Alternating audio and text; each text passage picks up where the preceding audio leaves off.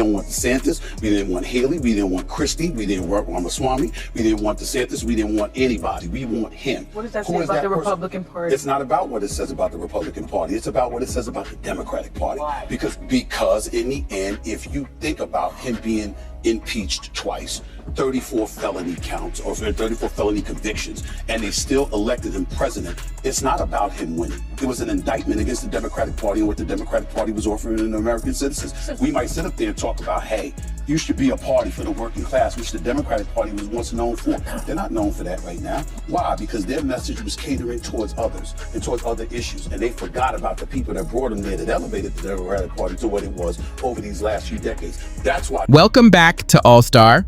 Before we dive in, don't forget to hit that like button and subscribe. It really helps the channel grow. Now, let's talk about what went down when Stephen A. Smith last appeared on The View. The panel must have selective memory because the last time he was there, he completely dismantled their shallow talking points and refused to parrot their out-of-touch narratives. But this time, he took it even further. He went full MAGA and left the panel stunned. Stephen A. Smith didn't hold back. He laid out exactly why he believes the Democratic Party is failing. He pointed to something I've been saying for a while now. If Democrats keep pushing the narrative that Donald Trump has 34 felony convictions, it doesn't hurt Trump.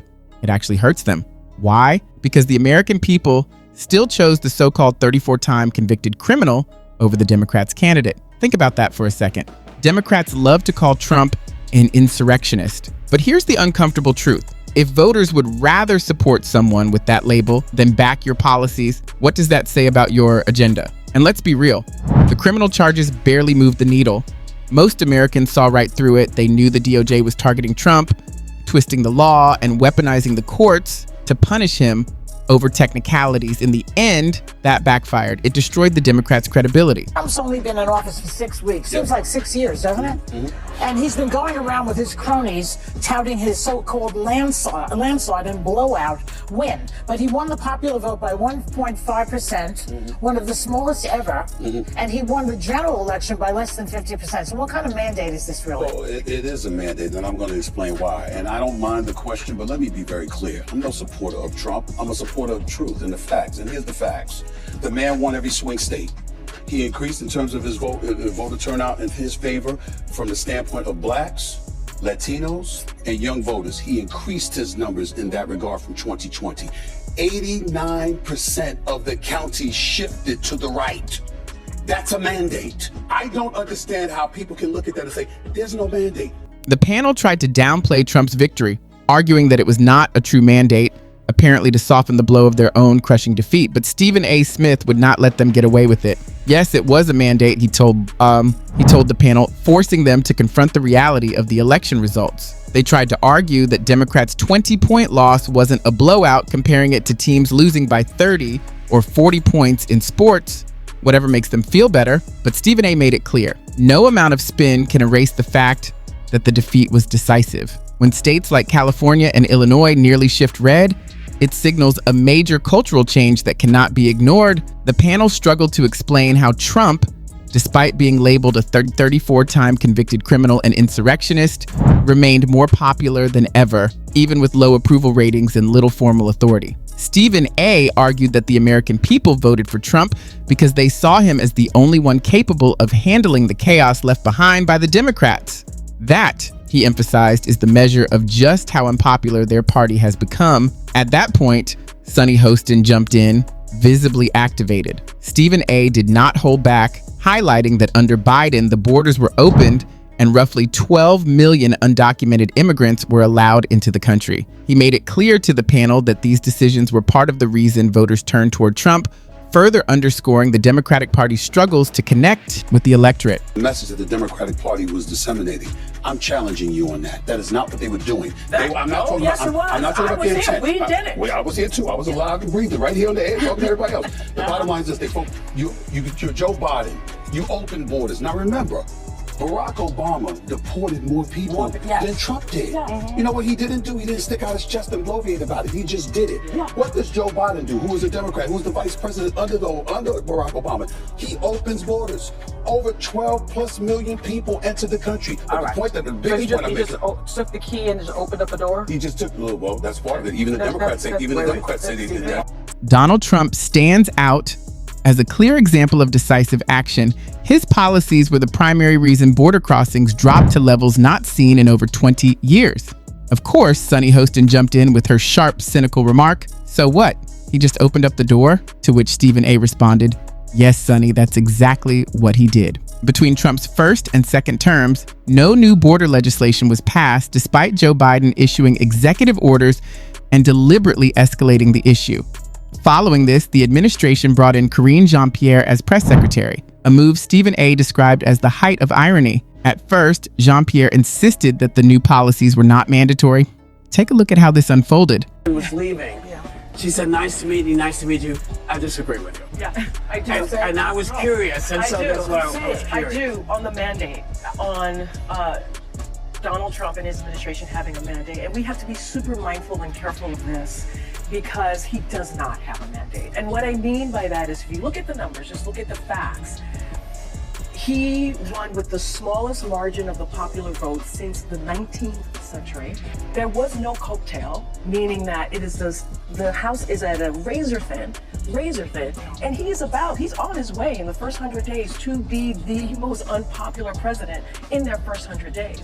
That is not a mandate. The Democrats' unease only grew, knowing that Karine Jean-Pierre would speak immediately after Stephen A. Smith. They expected he would dismantle their arguments, and they wanted someone to defend their positions and reassure them that they were doing everything right. The panel seemed more focused on validating their own feelings than on critically examining their party's failures. They seemed unwilling to accept that MAGA voters without college degrees might be more in touch with everyday concerns than they are. Admitting mistakes or rethinking party strategies was far less appealing than protecting fragile egos.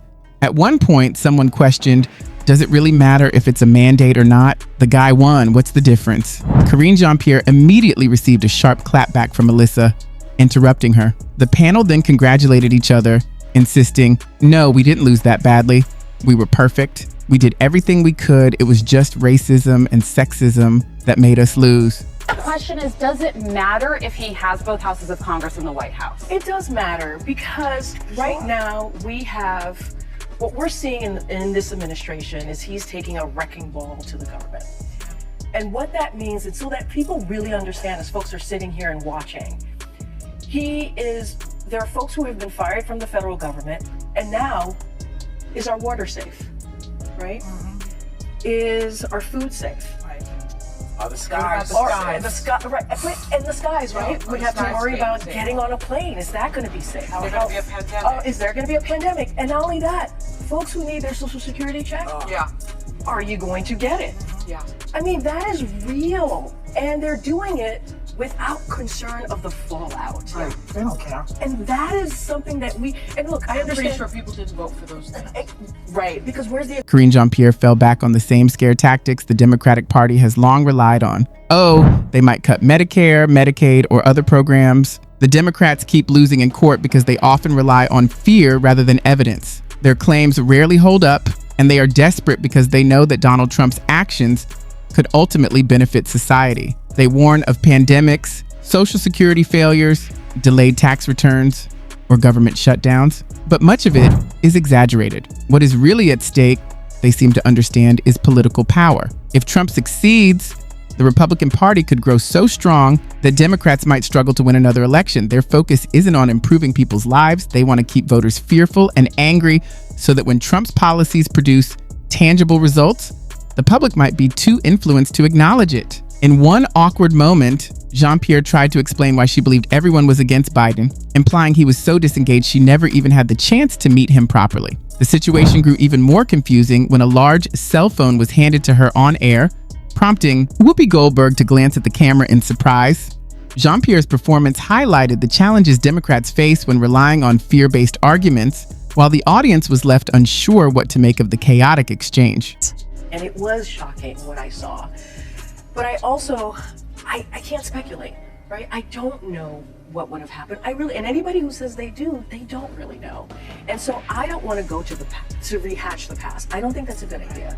Right now, again, 5-alarm fire, we need to move with strategy, with focus, and the Democratic Party needs to actually answer those questions that I put forth. Who are we and what are we fighting for? And how do we meet the moment? Press secretary, you were also an assistant to the president, so that meant you were able to interact with the campaign off time. Actually, I could not interact. I had a special kind of role as the press secretary. I did not interact with it. So you had no, I did not. A commissioned officer. I could not. So you had no insight into the polling that showed he would have lost every I did not because sales. Well, it does matter though. Okay, here's what's going to happen. Hold on. We're going to take a break.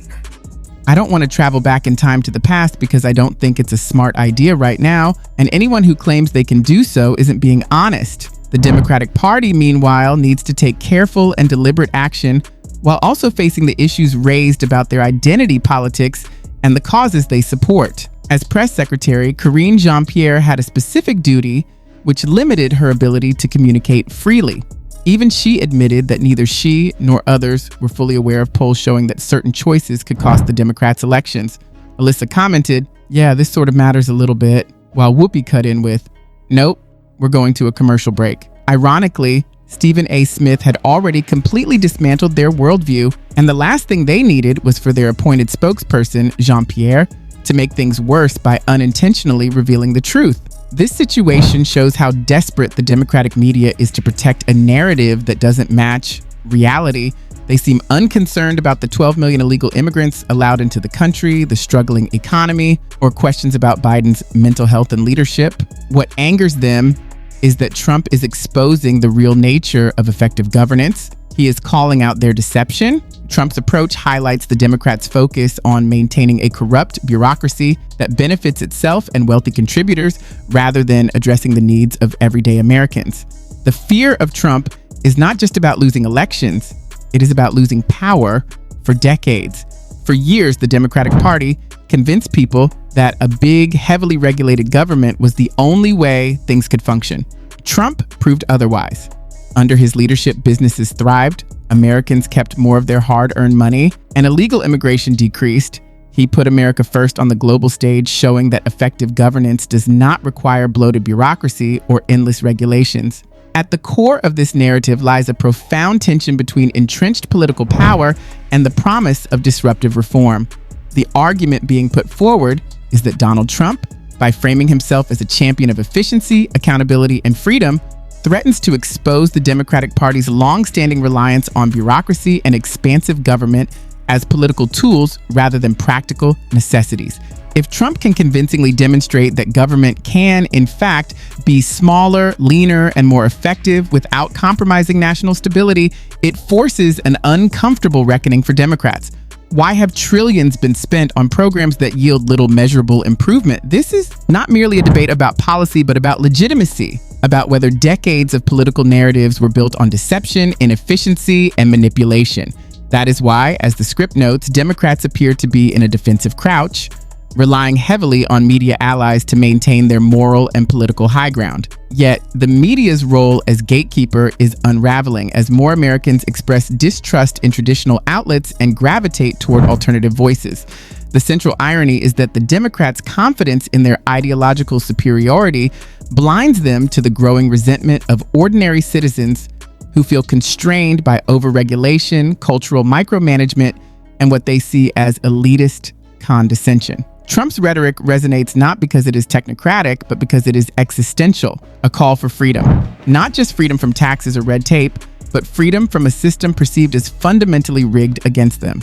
This dynamic makes the conflict larger than Trump versus the Democrats. It is a test of whether institutional narratives can withstand a populist awakening. If the public begins to demand proof of results rather than rhetoric, the established order could indeed resemble a house of cards, vulnerable to collapse under the weight of its own contradictions.